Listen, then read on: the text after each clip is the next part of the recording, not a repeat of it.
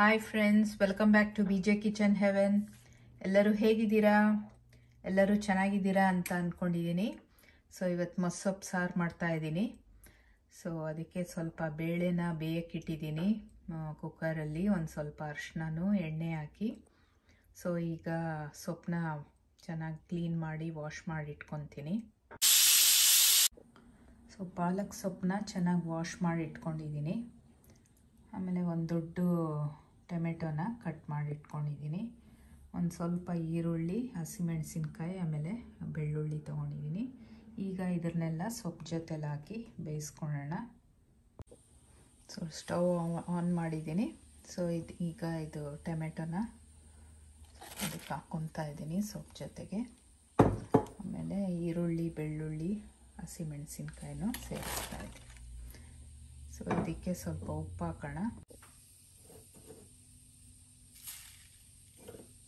So ಒಂದು ಉಪ್ಪು ನೋಡಿ ಇವಾಗ ಸ್ವಲ್ಪ ಹಾಕ್ಕೊಂಡಿರೋಣ.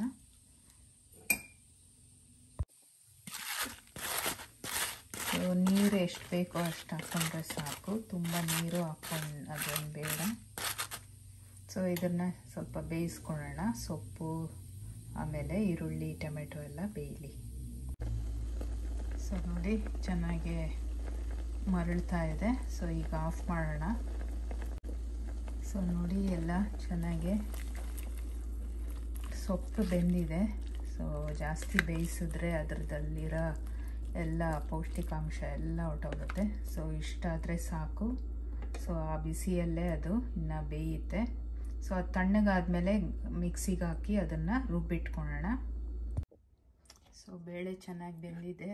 ಸೊ ಇದನ್ನು ಸ್ವಲ್ಪ ಚೆನ್ನಾಗಿ ಮ್ಯಾಶ್ ಮಾಡ್ಕೊಳ್ಳೋಣ. ಸೊ ಅದು ಬಿಸಿಯಲ್ಲೇ ಇದನ್ನು ಚೆನ್ನಾಗಿ ಒಂದು ಸ್ಪೂನ್ ಅಥವಾ ಸೌಟಲ್ಲಿ ತಿರುಗಿಸ್ಕೊಟ್ರೆ ಅದು ಚೆನ್ನಾಗೆ ಮ್ಯಾಶ್ ಆಗೋಗುತ್ತೆ.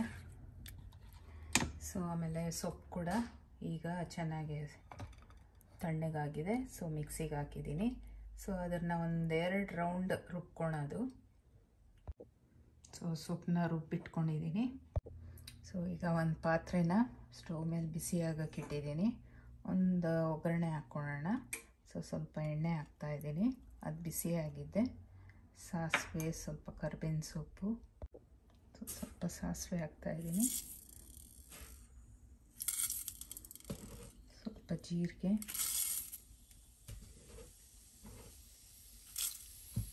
ಕರಿಬೇವಿನ ಸೊಪ್ಪು ಹಾಕ್ತಾಯಿದ್ದೀನಿ.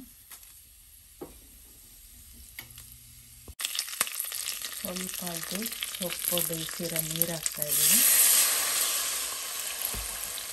ಸೊ ಈಗ ಸೊಪ್ಪು ಹಾಕೋಣ. ಸೊಪ್ಪು ರುಬ್ಬಿರೋದು ಹಾಕ್ತಾಯಿದ್ದೀನಿ. ಸೊ ಒಬ್ಬೊಬ್ಬರು ಸೊಪ್ಪನ್ನ ಚೆನ್ನಾಗಿ ಹಾಗೆ ಮ್ಯಾಶ್ ಮಾಡ್ಕೊತಾರೆ. ನಾನು ಸ್ವಲ್ಪ ಇದು ಮಿಕ್ಸಿಯಲ್ಲಿ ಒಂದೆರಡು ರೌಂಡ್ ತಿರುಗಿಸ್ಕೊಟ್ಟಿದ್ದೀನಿ. ಸೊ ಈಗ ಬೇಳೆ ಹಾಕೋಣ. ಸೊ ಈಗ ಈ ಕುಕ್ಕರಲ್ಲಿರೋ ಬೇಳೆನ ಇದಕ್ಕೆ ಸೇರಿಸ್ತಾ ಇದ್ದೀನಿ. ಸೊ ಬೇಳೆನೂ ಇದಕ್ಕೆ ಸೊಪ್ಪಿಗೆ ಸೇರಿಸಿಟ್ಟಿದ್ದೀನಿ. ಚೆನ್ನಾಗಿ ಮಿಕ್ಸ್ ಮಾಡೋಣ. ಸೊ ನೋಡಿ ಎಷ್ಟು ಗಟ್ಟಿ ಇದೆಯಲ್ಲ.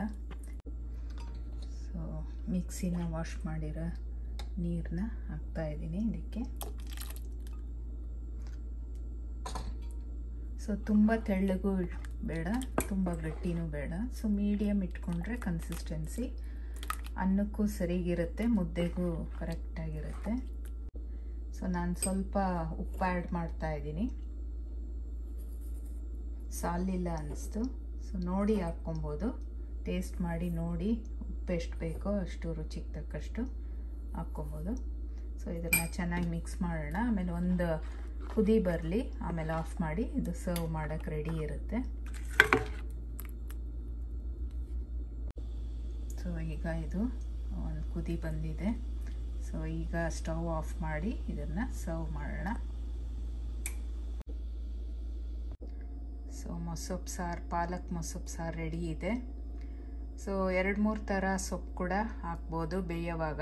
ಸೊ ಇದು ಮೆಂತ್ಯ ಇದ್ದರೆ ಮೆಂತ್ಯನೂ ಹಾಕ್ಬೋದು. ಸಬ್ಸಿಗೆ ಸೊಪ್ಪಿದ್ರೆ ಅದನ್ನು ಪಾಲಕ್ ಜೊತೆಗೆ ಸೇರಿಸಿ ಹಾಕ್ಬೋದು.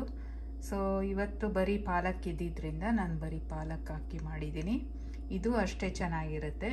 ಸೊ ನೀವು ಟ್ರೈ ಮಾಡಿ, ಇದು ಮುದ್ದೆಗೆ ಆಮೇಲೆ ರೈಸ್ ಜೊತೆಗಂತೂ ಸೂಪರಾಗಿರುತ್ತೆ. ಸೊ ಇದು ನೆಂಚ್ಕೊಳಕ್ಕೆ ಕೂಡ ಏನೂ ಬೇಕಾಗಿರಲ್ಲ, ಬೇಕಾದರೆ ಪಕೋಡ ಮಾಡ್ಕೊಬೋದು ಅಥವಾ ಆಮ್ಲೆಟ್ ಕೂಡ ಮಾಡಿಕೊಂಡು ಇದನ್ನು ತಿನ್ಬೋದು. ಸೊ ಐ ಹೋಪ್ ಈ ವಿಡಿಯೋ ನಿಮಗೆಲ್ಲ ಹೆಲ್ಪ್ ಆಗುತ್ತೆ ಅಂತ ಅಂದ್ಕೊಂಡಿದ್ದೀನಿ. ಸೊ ಮುಂಚೆನೂ ನಾನು ಈ ರೆಸಿಪಿನ ಹಾಕಿದ್ದೆ, ಸೊ ನೀವು ನೋಡಿಲ್ಲ ಅಂದರೆ ಇವತ್ತು ಈ ರೆಸಿಪಿ ನೋಡ್ಬೋದು. ಸೊ ಟ್ರೈ ಮಾಡಿ, ಆಮೇಲೆ ಹೇಗೆ ನೀವು ಮೊಸಪ್ಪು ಮಾಡ್ತೀರಾ ಅಂತ ಕಮೆಂಟ್ಸಲ್ಲಿ ಮೆನ್ಷನ್ ಮಾಡಿ. ಸೊ ಮುಂದಿನ ವಿಡಿಯೋಲಿ ಸಿಗೋ ತನಕ ಟೇಕ್ ಕೇರ್, ಬಾಯ್.